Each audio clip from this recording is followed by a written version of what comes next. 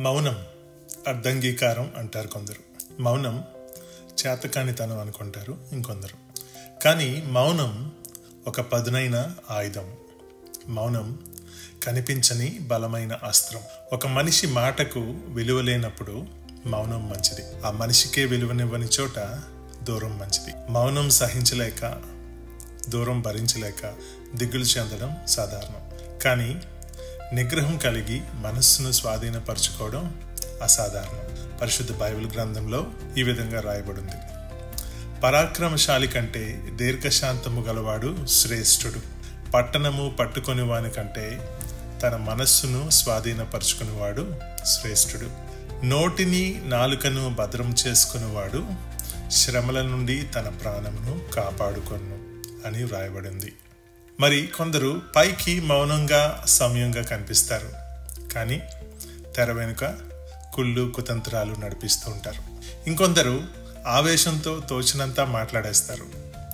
తమ మనసులోని భావాలను నియంత్రించుకోరు. ప్రతిదానికి సమయం కలదు.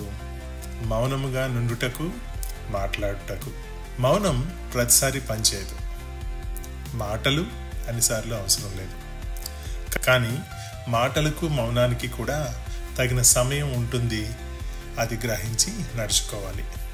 మనసుకు కష్టం కలిగిన, తీరని నష్టం జరిగిన, పడరాని మాటలు, పొందరాని నిందలు పడ్డ మనసును స్వాధీనపరచుకోవాలి. మాటను అదుపులో ఉంచుకోవాలి.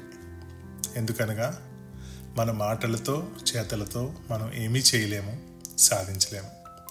కానీ యెహోవా దేవుని పైన నమ్మకము కలిగి ఆయనపై ఆధారపడడం మేలు. ఎందుకనగా యెహోవా మీ పక్షమున యుద్ధము చేయును, మీరు ఊరకయ్యే ఉండవలనని ప్రజలతో చెప్పాను. మనం మౌనంగా ఉంటే, ఆయన పైన నమ్మకంతో ఉంటే ఆయన మన పక్షాన్ని యుద్ధం చేస్తాడు. చేసి లోకుల చెడుతనమును బట్టి, దుష్టుల దోషమును బట్టి నేను వారిని శిక్షింపబోచున్నాను అని తెలియజేస్తా ఉన్నాడు. దేవుడు తగిన సమయమందు మిమ్మల్ని హెచ్చించున్నట్లు ఆయన బలిష్టమైన చేతి క్రింద దీన మనస్కులయ్యుండుడి. మరి దుష్టులను, తన మాటకు లోబడిన వారిని దేవుడు శిక్షించును. మరి తన ఆజ్ఞలను అనుసరించు వారిని తగిన సమయమందు హెచ్చించును. మీరు మీ కుటుంబము యావత్తు దేవునికి లోబడి ఉండండి. దేవుడు మిమ్మును, మీ కుటుంబాన్ని దీవించి హెచ్చించును గాక. ఆమేన్.